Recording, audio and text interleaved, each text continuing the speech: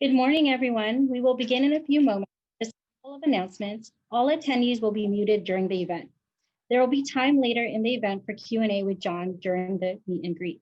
If you would like to attend the VIP meet and greet and was not able to sign up, please send a chat to the moderator. To get the best experience for that event, please change your view to speaker view. If you are unsure how to do that, you can refer to the link in the chat box for steps. You can also send a chat to the moderator if you experience any technical difficulties during the event. Thank you.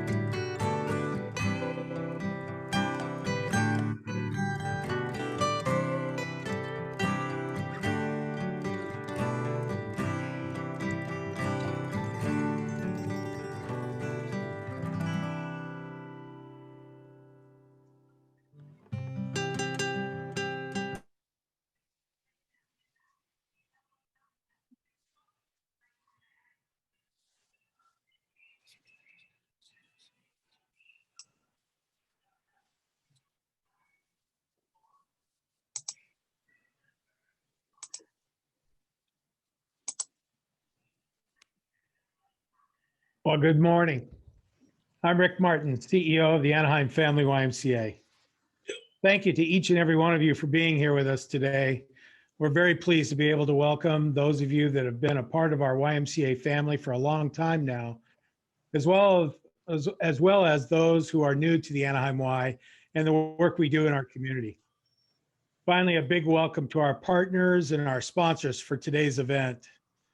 Pacific Western Bank, McPeaks, Chrysler, Dodge, Jeep, and Ram of Anaheim, SoCal Gas, Dream Dinners of Lake Forest, the Lottie Insurance Agency, and the Martins Family Trust. I wanted to just take a second to thank everybody for getting up and out of bed this morning and taking a minute to do yet another virtual Zoom meeting. We appreciate that. Today does mark our very first virtual community breakfast. And I would be remiss if I didn't mention how hard our team here at the Y has worked to get this event together and make it a success, especially during this chaotic time. We've done it without you. We couldn't have done it without you. We are proud to be able to host this event today by way of Zoom and look forward to a wonderful and inspiring morning. You have all chosen to be with us here today to hear a great message from John Dalem and also support the Anaheim Family YMCA. Your support of the Y will continue to help us strengthen our community, invest in our kids and families, and bring about meaningful change, encouragement, and connections in our members. We need you as much as this community needs us, and that is why we are grateful to have you join us here at our first community breakfast. To kick off this morning, I'd like to welcome Mike Brennan, who will be joining us from his home this morning. Mike is a dear friend of this Y and our community, growing up in Anaheim schools and becoming an administrator and leader in Anaheim. Thank you, Dr. Martins.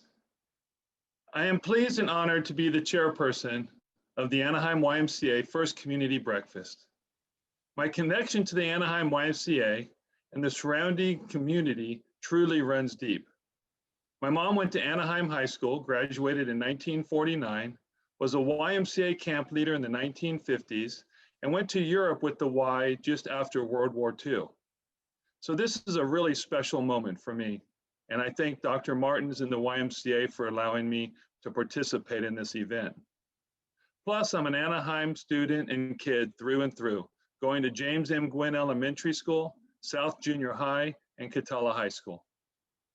Signing up for today's breakfast, you should have all received this gift from the YMCA, this cool little puzzle cube. Oh, I don't know, I gotta see if you guys can see it on my thing here. Right there, maybe you can see it, but I think everyone should have received this little cube. As I began to play with this cube, and my kids began to play with the cube, and watched it become undone a little, I immediately wanted to fix it, put it back together again, but couldn't figure out where to start. But like anything else in life, you must take the first step and start the journey. It all starts when that first piece is in place and the cube slowly comes together, one twist or turn at a time, one piece at a time. It's always a work in progress right up to the last piece.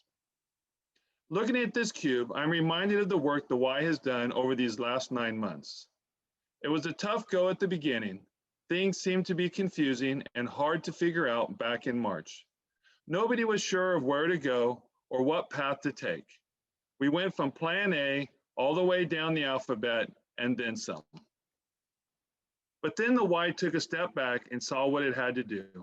It had a clear goal in mind of what the community needed and how they could provide this to the families of Anaheim. The pieces slowly started coming together.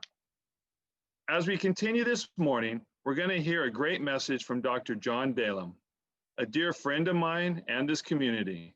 He was also my neighbor when I was a young boy and continues to be my mentor to this day.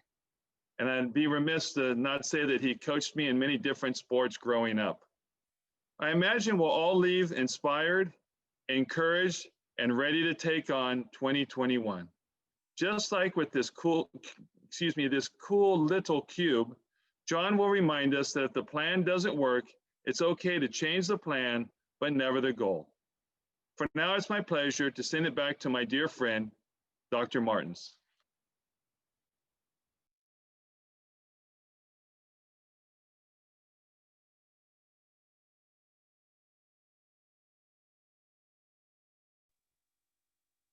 Dr. Martins, you're muted. Thank you again. Mike touched on a few things that connects us to our featured speaker this morning. John Dalem has found himself in a spot at least once or twice where he probably wasn't sure what the next move was. And we will hear about some of those experiences this morning. But before I turn over the microphone, let me tell you a little bit about our speaker. I've known John since 1973, when he accepted me as a scrawny little kid into the wrestling program at Loera High School, 127 pounds, by the way, and I am twice the man in more ways than one since then. Of course, at that time, you only needed a heartbeat and sweat glands to join the wrestling team, and I met that criteria, so I was in. As it turns out, though, that was one of the most pivotal moments of my life. John, or Coach, as most of us still call him, became a mentor to me and continues in that role today.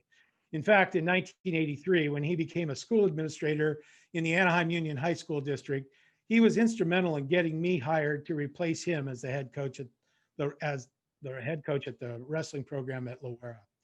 I think enough time has passed that I can let you in on a little secret. As an example of his mentorship, during my first year as coach, while he was adjusting to his first year as an assistant principal at Ball Junior High School, John used to come into the wrestling room on the weekends of his own accord, and he cleaned the wrestling mats, left me with weekly practice plans. That was every weekend of my first year. He cleaned the mats. He hand wrote practice plans. Who does that? As it turns out, he had commandeered a key to the locker room so he could do that for me. But I could spend our entire time today telling you of John's selfless giving, encouragement, and endless wisdom. And that would be just my personal story.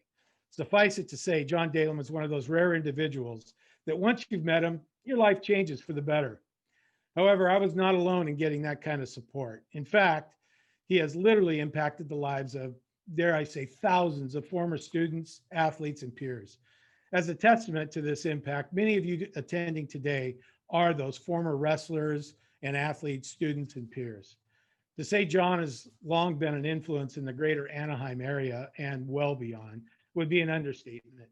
He and his wife, Sue, who he readily credits with his success, raised two tremendously successful sons, Sean and Ryan, who both graduated from Catella High School here in Anaheim.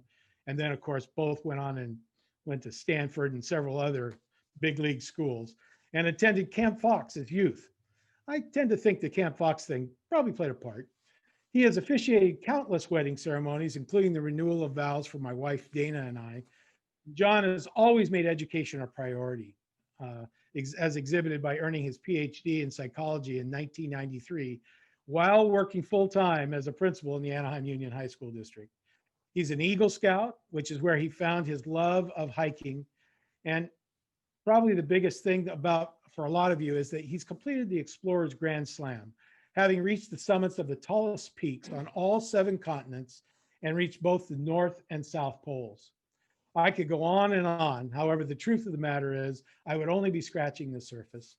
Let me just say that throughout his life as a decorated Vietnam veteran, adventurer, educator, mentor, dad, and grandfather, John has always pursued a life of excellence. He has done things most of us only dream of, and in doing so, at times, he has also encountered his own trials and tribulations. Today, John will share some of those experiences in what he calls his crucibles of life. I really believe you're in for a treat. So without any further delay, I give you Dr. John Daly.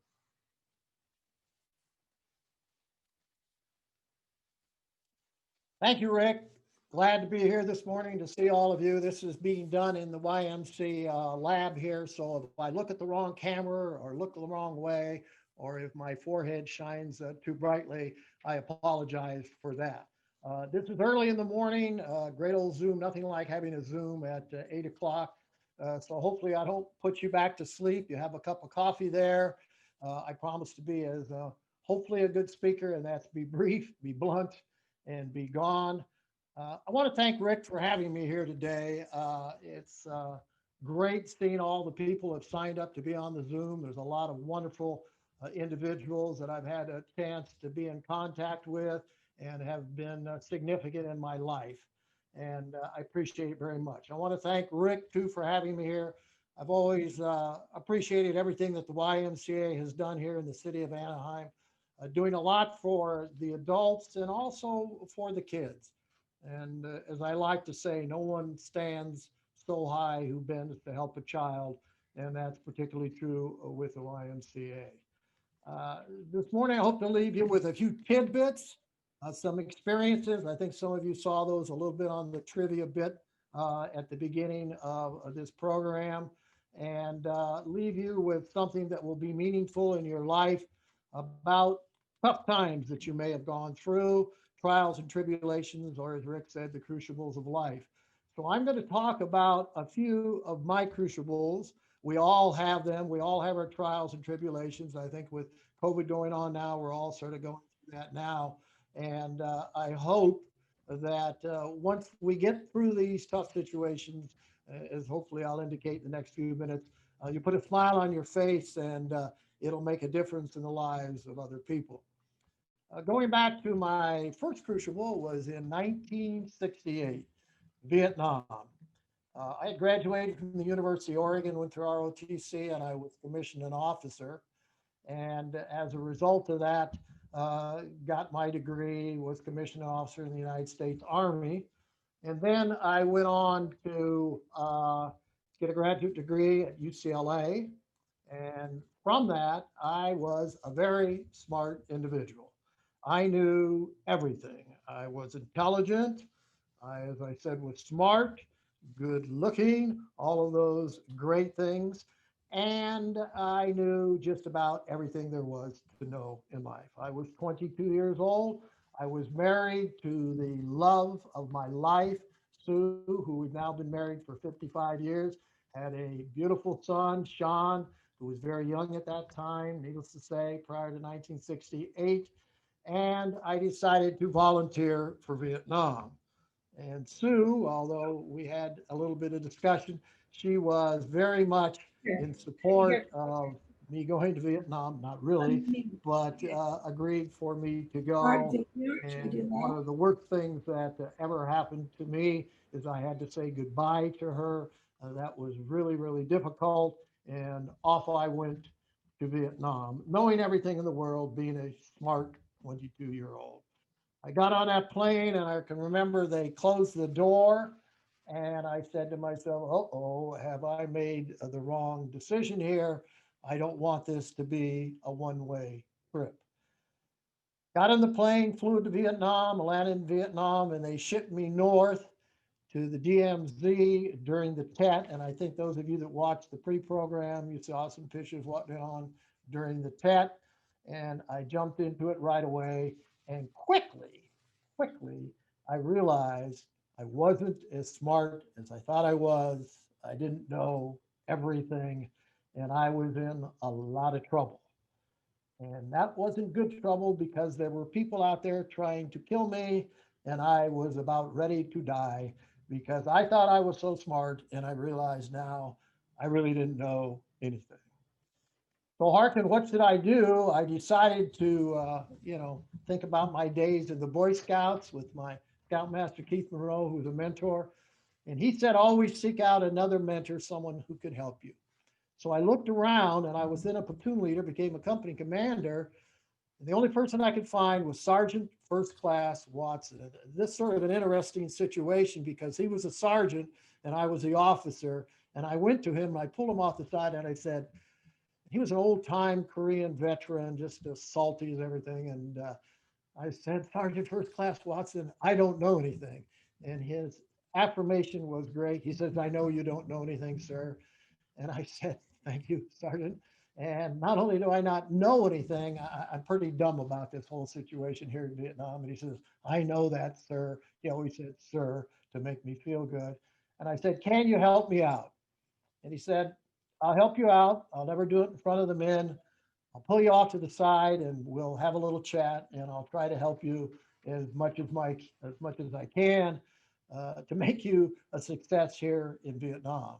And the only reason that I'm going to help you out is he explained to me is I want to be sure none of the men get killed. I want to be sure, and he was talking, that I don't get killed, and then maybe we'll be concerned about you. So he took me under his tutelage, and for the next year, he literally took care of me and kept me alive in Vietnam.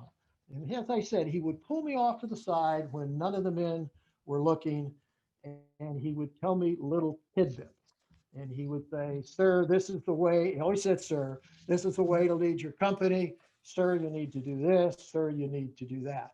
And he liked to play with me too. I can remember one time he called me off to the side and we were sort of huddling up. And again, none of the men were around. And he said, you've been brushing your teeth this morning, sir? Have you been brushing your teeth? And I go, I brush my teeth every morning.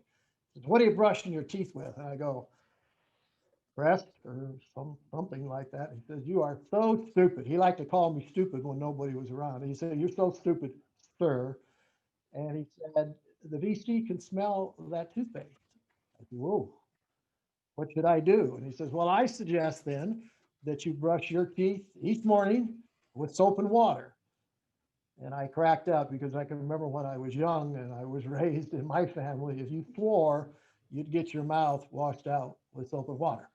So I said, thank you, Sergeant. I never did that. I just sort of brushed it with water. But that was Sergeant First Class Watson, who took care of me during my entire tour in Vietnam during that first crucible of my life. And he was about ready to leave the country. And I called him into my little hooch there, and we were in Da Nang, off to the side where no one could see us. And he stood there. He was very strapped and, was at attention. And I proceeded to tell him in just a few minutes how much I appreciated everything he had done for me, how much I appreciated he saved my life and took care of the men in the company and everything. And he sort of sat there, didn't say anything, real strack. And I said, hope to see you again someday. And he saluted me, very strack salute. He then turned around and walked out. And I thought that was the last I'd ever see him. But before he walked out, he stopped at the door and he turned around and he looked at me and he said, "Sir, always remember to work for the people who work for you." And that was the first crucible that I've never forgot. Always work for the people who work for you. And I tried to remember that in all of my future years in any leadership positions. And he walked out of the door, but before he walked out, and I was never to see him again, he turned around and gave me one of my highest accolades. He said to me, "You were a good old man, sir." And for those of you who have been in the service, you know that if you're ever a commanding officer, if the men respect you, they always refer to you as the old man. And that meant a great deal to me. My tour of duty was shortly up thereafter, and I returned home. And now I have a couple of slides to show you of my time in Vietnam. I think you can see that first slide up there, and talking about knowing anything. I didn't know anything about that weapon there. Sergeant First Class took care of me, and that was an example of what it looked like in Da Nang. Next slide. This is me in Hue during the Tet Offensive. Tail end of the Tet Offensive, things weren't going real well, and you can see that they look a little harried there and whatnot. Have my good old rubber band around my right wrist as good luck, and waiting. The night came when the VC and the MVA would come in, and those were tough times. Next slide. This is battle time, and those are rockets coming in, a little bit of water being splashed around our boats as we ran up and down the Perfume River. Next slide. This is one I think you saw earlier, transporting some Marines into battle, and they're having lost a few pounds, tried to look once again, knowing what I was doing, typically with my hands in my pocket. Next slide. And this, one of the happiest moments of my life, the love of my life, my wife, Sue, my son, Sean, meeting me in San Francisco after my tour in Vietnam. Can't tell you how excited I was, bagging my first slipper, as we would say in those days, after 1 year overseas. That was the end of my first crucible. We'll move on now to my next crucible. And that was very interesting. I returned from Vietnam, and for my whole life, I've always wanted to be a teacher and a coach. I read all of John Wooden's books, and I thought that was the greatest profession. I wasn't concerned about making money. I wasn't concerned about a big house or, you know, being the president or anything like that. I wanted to be a teacher. So I set out to be a teacher. I got my teaching credentials. I was very excited. I attended Santa Monica High School as a high schooler, and I got my first job teaching at Santa Monica High School. I was a substitute teacher, and I have to realize the greatest profession in the world, I've always felt, is teaching. You teach lives. It's the greatest thing. And I just couldn't wait to start. Sue made my lunch. I had a coat and tie on. I had my lunch and everything. And I moved down to Santa Monica High School for my first day of teaching as a substitute teacher. I got into the office. They said, "Welcome, Mr. Dalem. You're going to be teaching this morning a physical education class in golf." And I go, "Great, I'm not a good golfer, but that's not an excited." I, in fact, saw a couple of people that I still knew from my days in high school there. And they gave me my little packet and they said, "Your class is up on the North 40. And that was the north part of the campus. I said, "Great."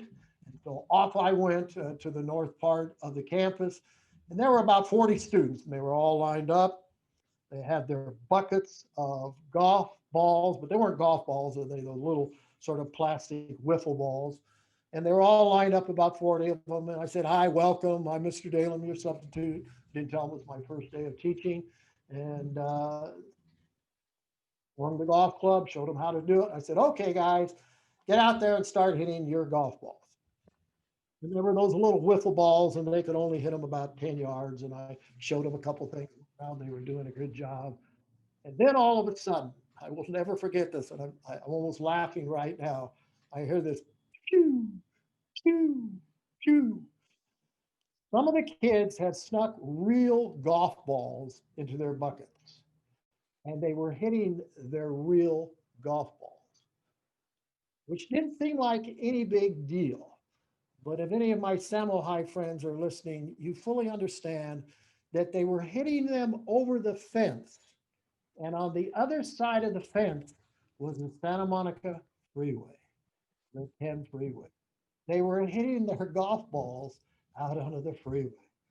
I freaked out my first day of teaching. I'm going to be fired. I quickly yelled, stop. I didn't know who did it. I said, take your buckets of ball and we're going to, with your wiffle balls, and we're going to go to the other end of the field and we're going to spend the last few minutes. I'm very disappointed in you, but we'll spend the last few minutes hitting the wiffle balls back the other way. And we did that, and they were hitting the wiffle balls again, and I was looking, and everything looked great. And then all of a sudden, once again, I heard that sound, which I'll never forget. And it was some kids had snuck golf balls, regular golf balls, back into their buckets, took them out of their pockets, and they were now hitting them towards the science building, which was opposite of the freeway. And I heard this crash, and they broke two windows. My teaching career was over. My teaching career was over. I thought I meekly made my way back down to the office, sort of crept into the office, gave them my paper, and I thought I would never teach again. And I still laugh about that. And for my Samoa friends who are Zooming this morning, you get a good chuckle out of that. I was fortunate to be hired by the Anaheim Union High School District, the wonderful principal, Tommy Thompson at Laura High School. I had the privilege of coaching under legendary Herb Hill.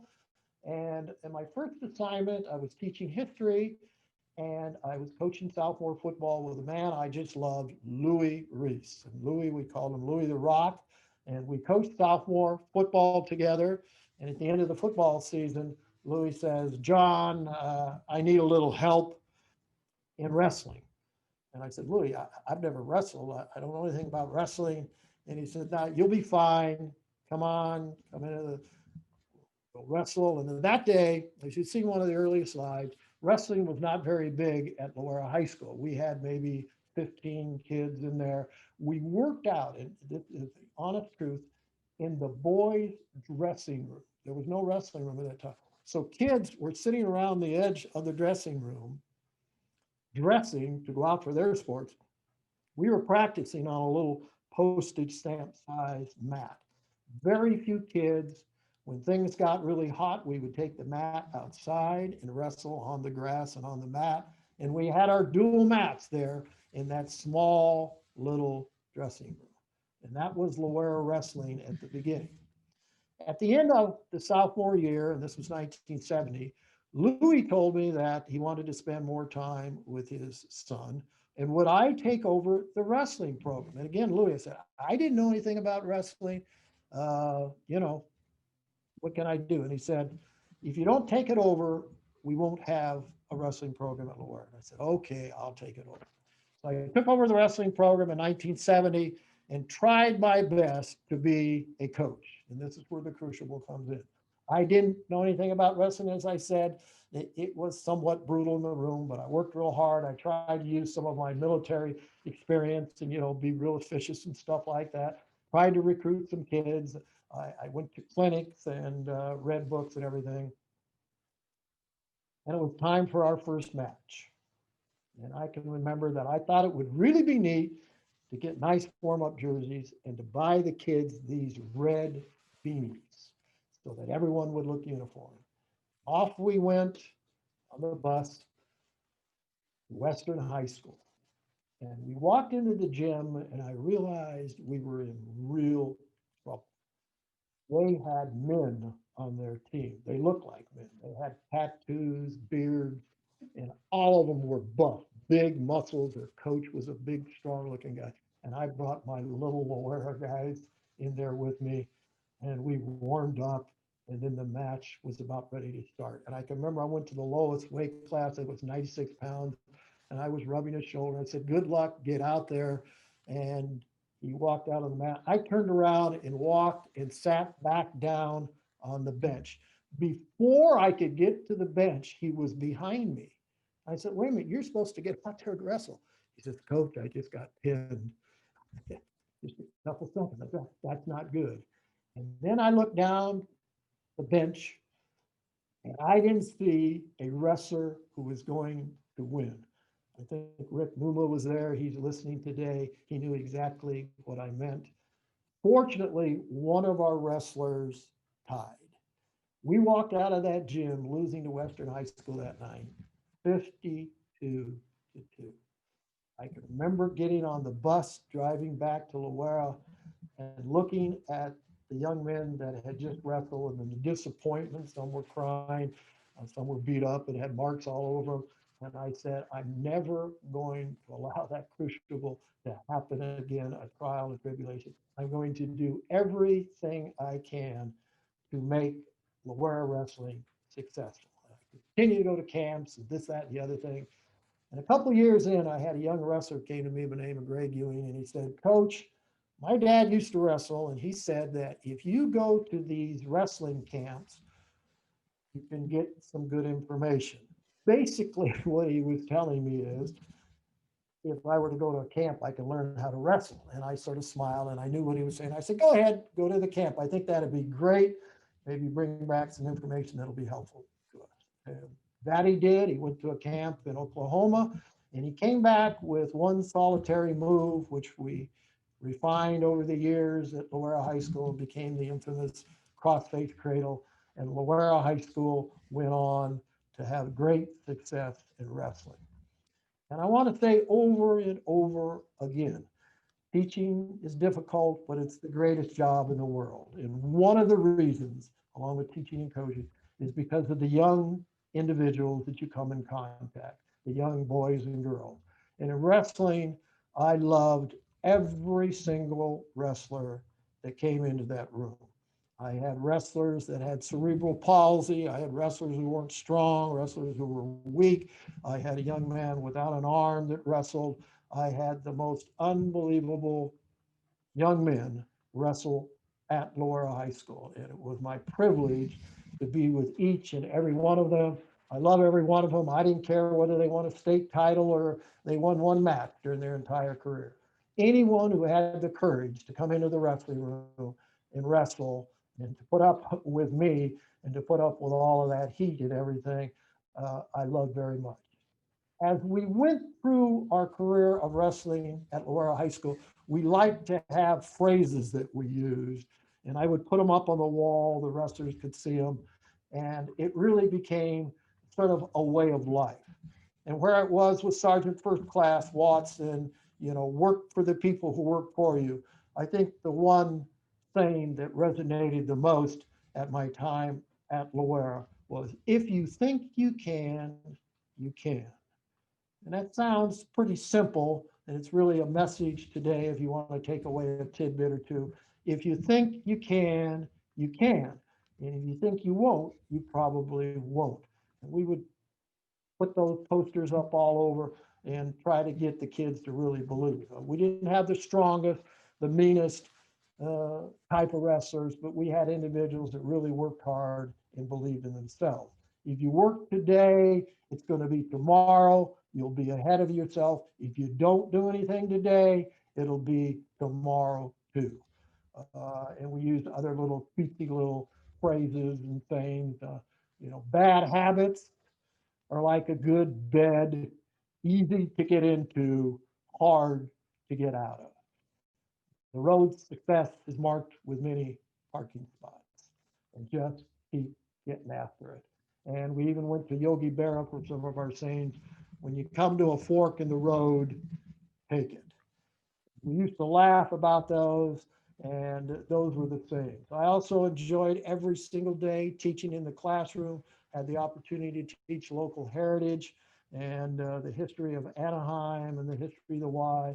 And those were wonderful days and days I've never forgotten. And I appreciate and love every single individual wrestler and student that I had during my career at Loera High School and my administrative career in the Anaheim Union High School District. Have some slides to show you now of those times. The first slide, hopefully it's up there. That's the last slide of me returning. Short little slide.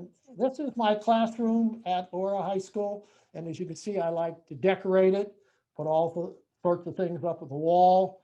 I quickly realized from my education psychology that most students, if they listen to you for 20 minutes, you're doing an exceptional job. So I believed as I would beeble on there at the front board, very different teaching techniques than they use today, but as I would beeble on, that they would at least have some things to look at. Next slide. This is the one that I was talking about with those exciting beanies. I believe that's Rick Muma, second from the right there.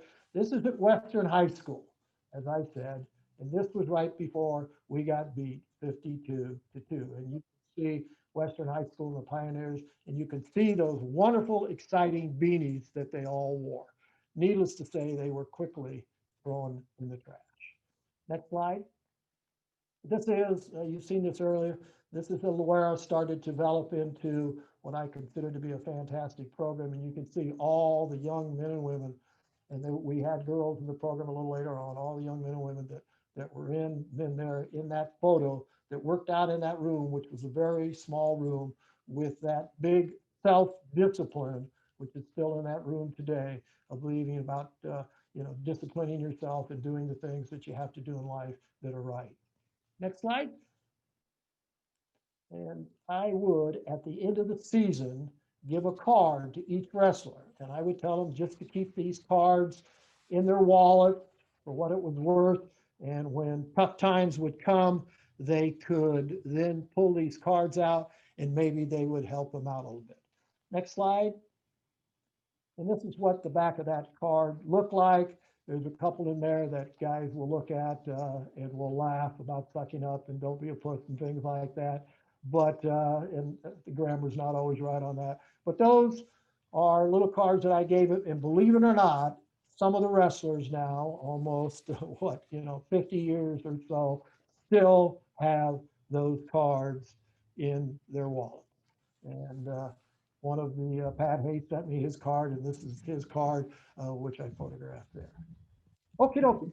Into that, we'll move into what I call the sort of final crucible, which maybe many of you are here to sort of listen about, and that's climbing Mount Everest.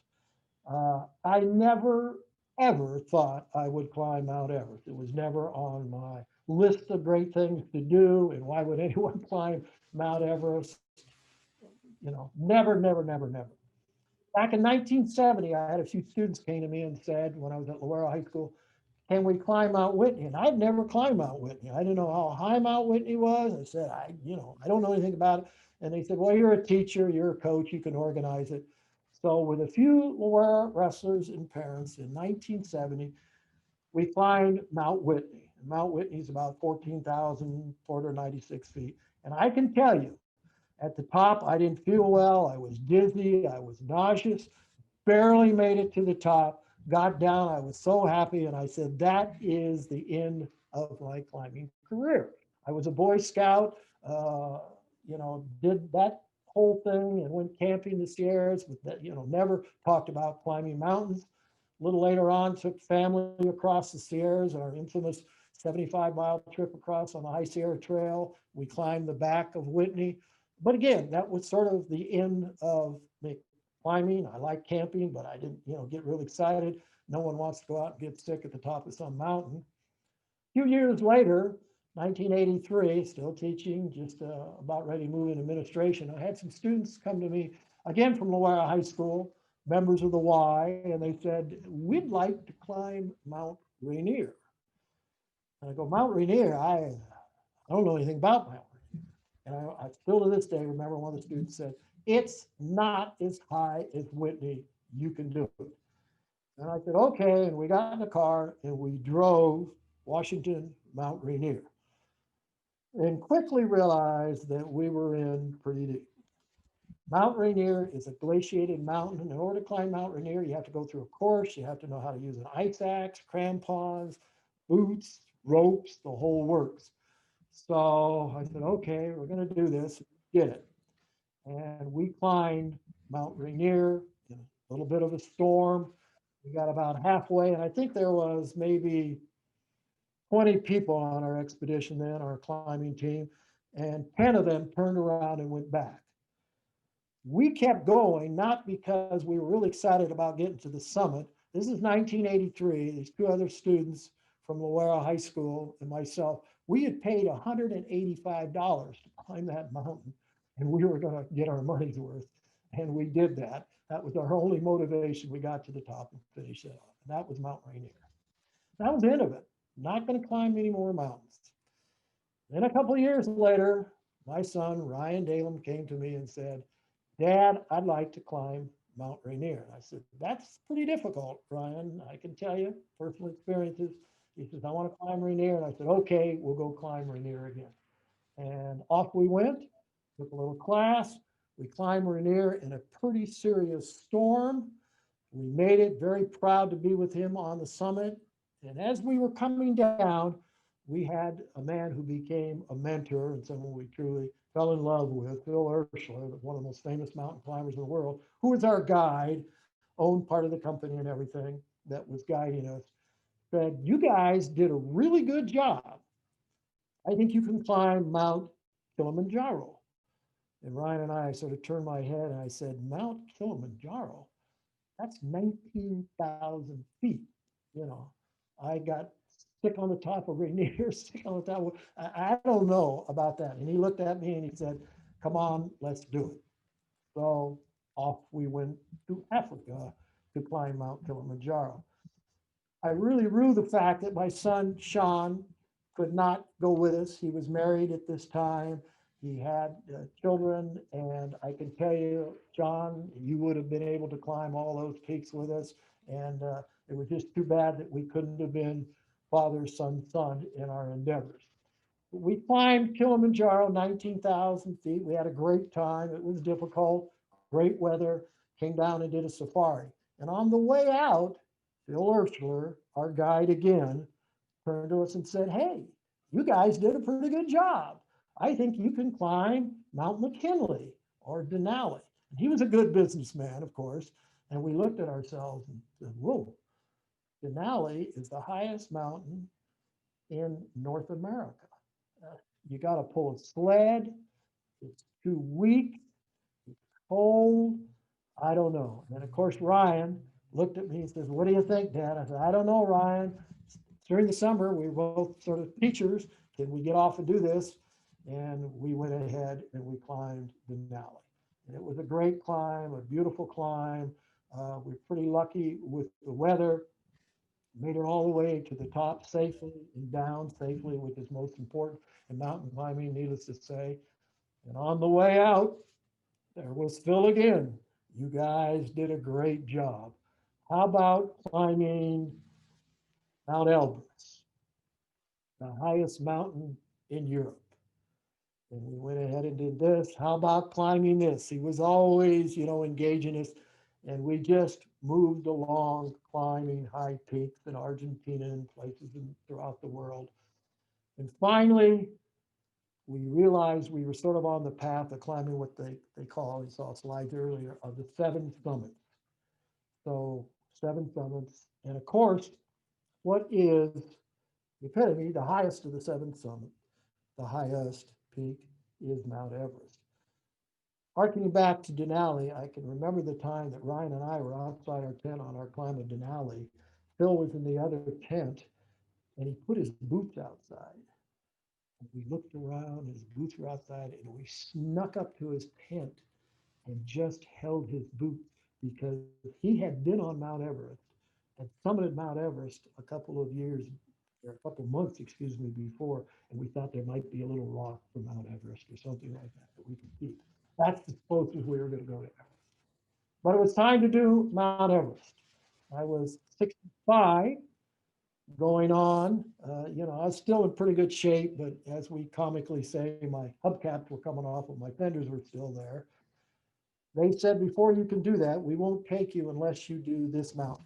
And Ryan and I then climbed Choyoyu, which is one of the 14 highest peaks in the world, over 8,000 meters. And it took a long time to climb that, a little over a month. And we successfully climbed that. And now we did Everest. And I talked to my wife, Sue, about it. And she said, as she always does with love, that she believes strongly that we could be successful, give it a shot. And you've trained hard, and we trained extremely hard, and we got our climbing permits and all of that, and we are off to Mount Everest. Flew to Nepal, loved Kathmandu, did that whole thing, worked our way up the valley, the Khumbu Valley, arrived at base camp, and now we started rotations.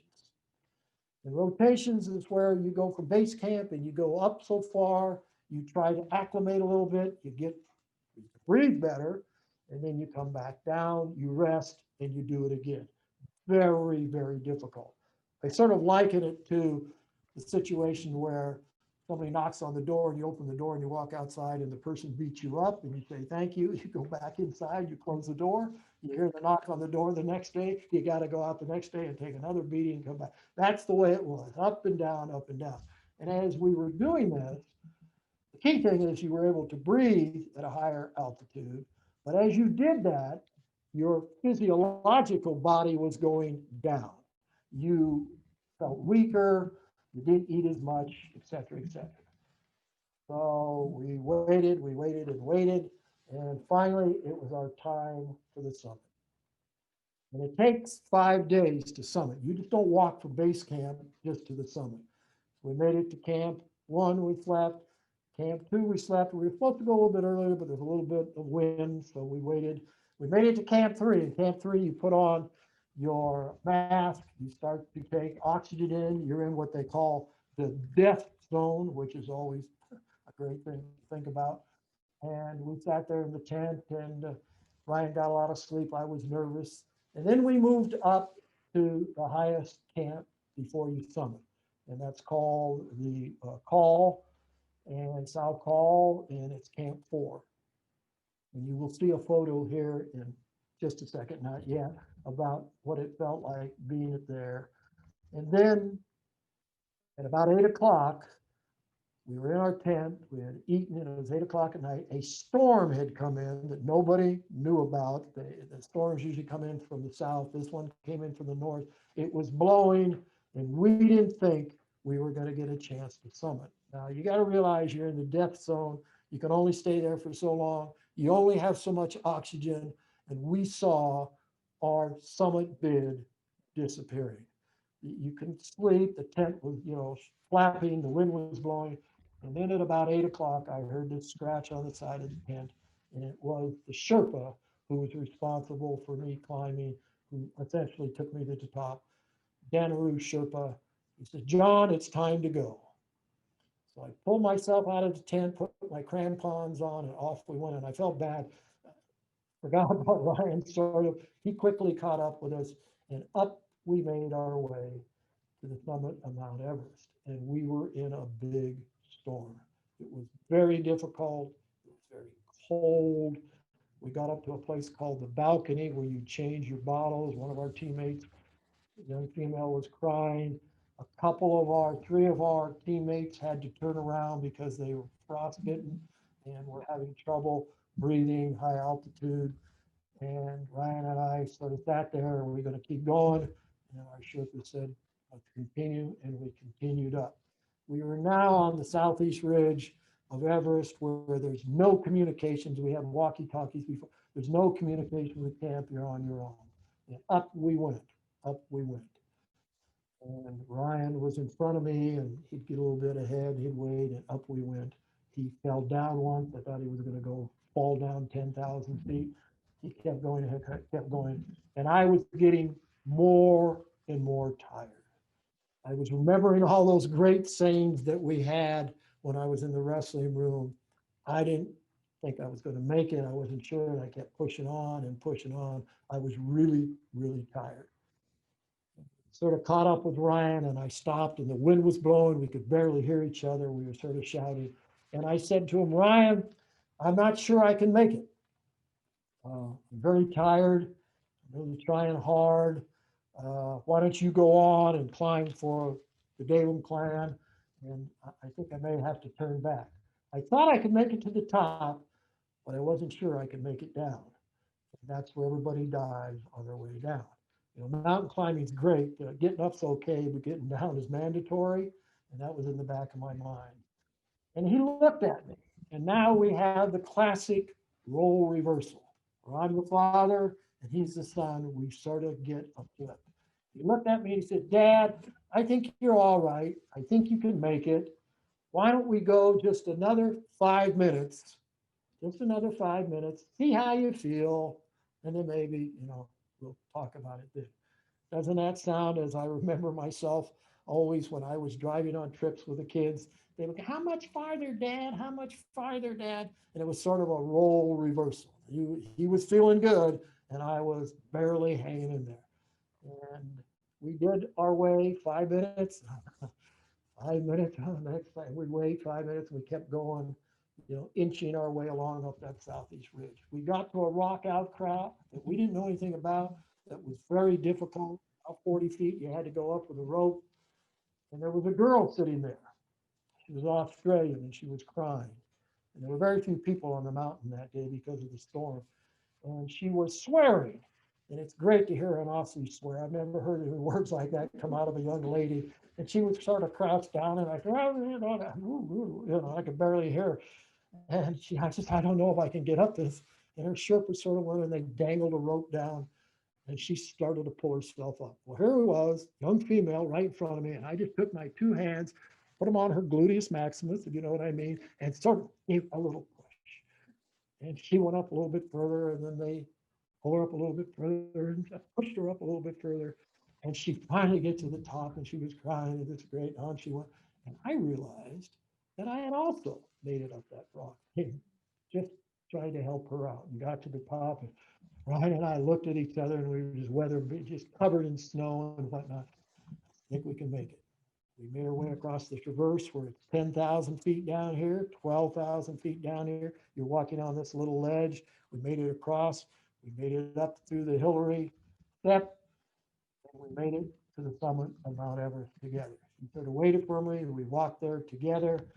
It's very emotional. There's a YouTube of me crying on top, trying to remember all my family friends, thanking Sue and everything. And I was completely, totally tired. I had it. And people always ask me how it is on top of Mount Everest. And I said, well, it's a joyous event. You try to, celebrate as much as you can, take a few shots, but you have to get down. And that weighs very heavily on you. And so we proceeded to start down. And I cannot tell you how tired I was now. And you see bodies up there that sat down and didn't come down. Ryan and I had sort of made a decision that we would never look at the bodies, but they would be off to the side. For those of you who've read Into Thin Air or seen the movie Everest, you know that there are people up there still because they can't bring them down. And you think about that on the way down. And I remember I was so tired, I was so dehydrated that I wanted to sit down. And my Sherpa, Anaru, said, John, if you sit down, you won't get up. And that's pretty encouraging to go. And I kept telling myself again, all those wrestling things, if you think you can, hang in there, work as hard as you can. I thought of all those young men and young girls that I had taught and coached in wrestling, and that helped me get most of the way down. But finally, it had it. I had to sit down. And my Sherpa said, tell you what, I'm going to hook you. And we dug into the snow and found the line that runs there. We hooked in, put our carabiners in there. And he said, let's see if you can slide down. And there'll be a picture I'll show you shortly of what it looked like once I slid down. And I just sort of hooked into this and I bumbled my way down the pyramid face for about a quarter of a mile. My Sherpa was laughing all the way. I think I was crying because I would come up to rocks. I couldn't care. I just slid right over the rocks. And we made our way back to Camp 4, climbed into the tent. We were crying, both Brian and I. We grabbed each other, and we still had a ways to get down, and we worked our way down. And happiest to say day of our life when we finally got back down to base camp after having climbed Mount Everest, which, as I said, was father son, keeping in fact Sean too, but father son on top of the highest mountain in the world was pretty unbelievable. Have some slides to show you now.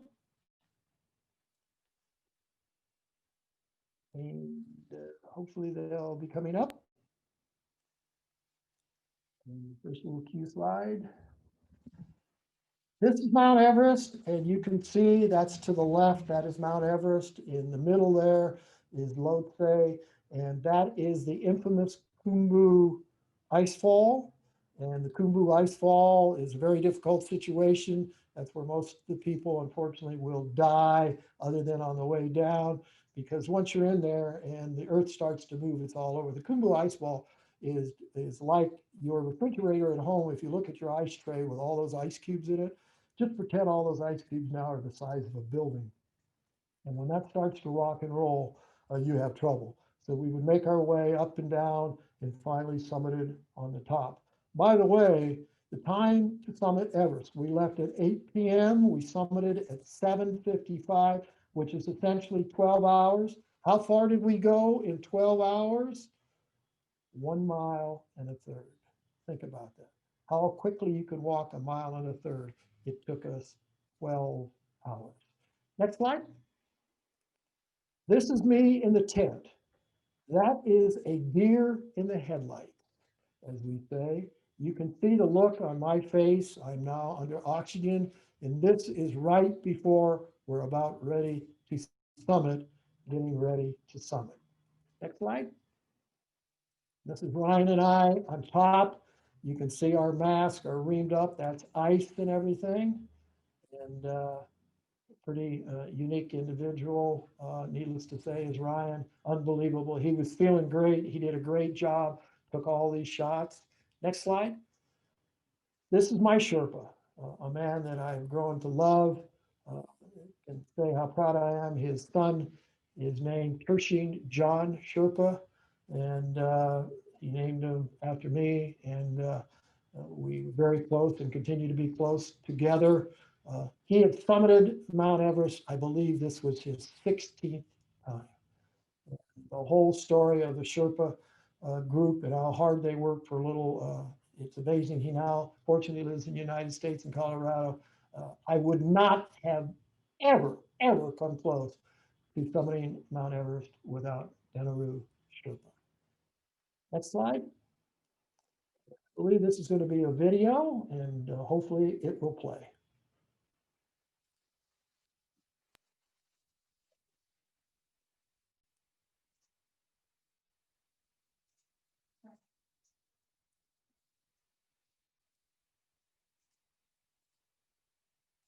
That is Ryan on top of Everest. We got it done. Really excited. Love you, Annie. Mom. Sean, you could do this. Thinking of you. Wow. But we got it done. And we're stoked to get on our way home now. No view today, but the joy's all there. Got to get down with everybody soon.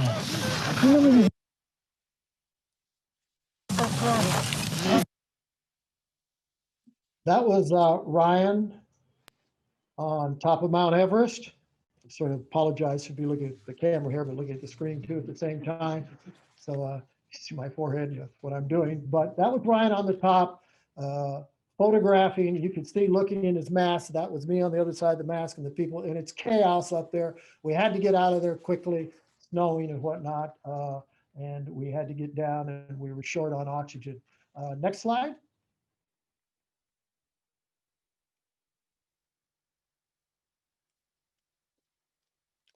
This was a photo that was taken on another expedition, but I just wanted to show you This is what the southeast face of Mount Everest looks like. This photo was taken from Camp 4, and those are headlights of people making their way up to the top of Everest. And you can see how steep it is.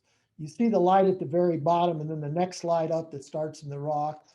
That's where I slid down, bumping along into base camp. So that's Mount Everest. We have another slide now, and I believe this will be another video. This will be a video of Ryan, just as we are making our final descent, coming through the Khumbu. This is Ryan walking over a crevasse. Tight the rope. Yeah, hold it tight. Thanks. Now, just gonna record over a short one here. A little idea of what it's like going across the ladder. Would this be Angjang-bu speaking? I just wanted to give you a quick little update. I've been talking to my heli boy, and he is also available for just flying out with Thank you, Dawa. potential not having to have. Dawa was Ryan's Sherpa, Dawa Sherpa, and that was Ryan going across those ladders, which I can tell you, he went across those a lot faster than I did. We made our way down finally through the Khumbu. We embraced at the bottom, and we had climbed Mount Everest. Incredible. We were so happy. We returned to the United States, needless to say. It took us, leaving from LAX to when we landed at LAX again, it took us 62 days to climb Mount Everest, 62 days. We landed in Los Angeles. Sue greeted us again. And the thing that now I remembered, work for the people who work for you. If you think you can, you can.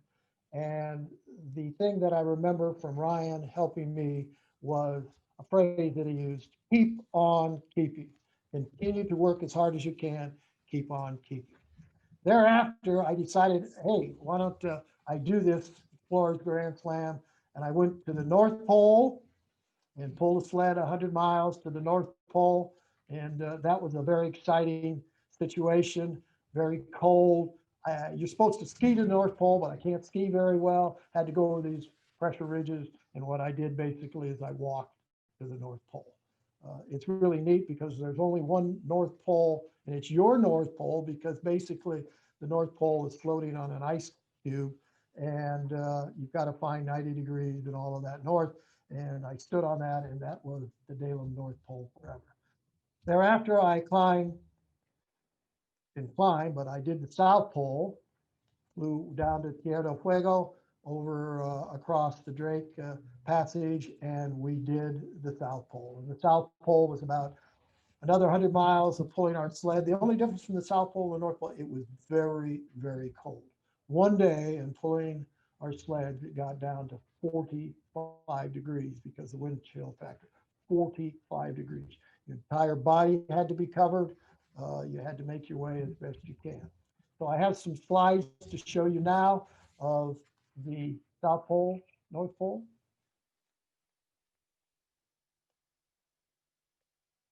This is the north. You can see us going over these ice ridges, and you can see what we're wearing, an anorak. We're pulling sleds, and the sleds were about 60 pounds. Wasn't all that bad, but you had to go over these ice ridges, and then you had to go over open water at time and make your way around open water.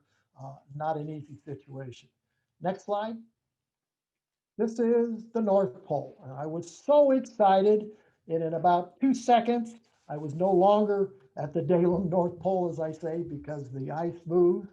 It's only about 3 feet deep there. You can see the ridges in the background, and it was about minus 20 degrees, which at that particular time, we considered to be a pretty nice warm day. And that is the North Pole. Next slide. On to the South Pole. You can see now I'm on skis, a lot flatter, but higher, about 10,000 feet, but you just go straight. and you pull for about a week. We pulled about 7 days, and you would go, I think, 110 miles there. The difficult part on the north was sometimes you would pull, but because the water was moving and floating and whatnot on the ice, you'd actually lose distance. The South Pole, you just pulled straight on. And that's me pulling. You can see the ream and the rice and ice on my face. Next slide. And this is me at the South Pole. At the South Pole, there's an actual station. They have that little barber pole there, and that is the South Pole. The next slide. And this is what it was all about. You remember me kissing Sue before then. This was at the end of the Grand Slam, and this was the finish up to our 7 summits and the Explorers Grand Slam. Once again, remembering that those things that I learned as best I can during this whole time, as far as being a participant and remembering some of the things that I thought were important. And just as a review for you, is with Sergeant First Class Watson, work for the people who work for you. Second, with the education, if you think you can, you can. And with Mount Everest, keep on keeping. And it was important, all of those, as functions in my life, that I was able to do those. So that sort of ends up my talk. I continue today to still look for things that I think will motivate me and attempt to find goodies that will motivate me. And hopefully you can see this. This is a book that I've recently read about a year ago. Make Your Bed, written by the Commandant of the SEALs. And that is something my wife and I have done. Make your bed. We've done that for every day that just about that we've been married, except for the times I've been away in Vietnam and on trips. If you make your bed every single morning, you have completed a task. It is something positive you've done, and the rest of the day will go well. The book talks about, the things that you have to do to become a SEAL. You make your bed in the morning and all the trials and tribulations you go through becoming a SEAL. Life's not fair. Sometimes life's not fair, and you make your way through that as well as you can. And then I saw this just recently, speaking about what I think are great little things that may be crooked or may come out opposite, but it essentially says, you're not born a winner, you're not born a loser, but you're born a chooser. And as my mom said to me, you always can control how you feel unless you're in bad health. So feel good, make a difference, and help people out. Once again, I want to thank the YMCA for having me here today. I want to thank Rick for having me here today. All of this is about me just talking about my experiences, but also I want to thank sincerely all of you who have contributed to the YMCA, who have made a difference in the YMCA. You've helped the community of Anaheim. You helped the young men and women of Anaheim. And excuse me, I thank you very much for listening this morning. Hopefully you've learned a tidbit or two. Every day is a blessing, believe me. And finally, memories are forever. Rick?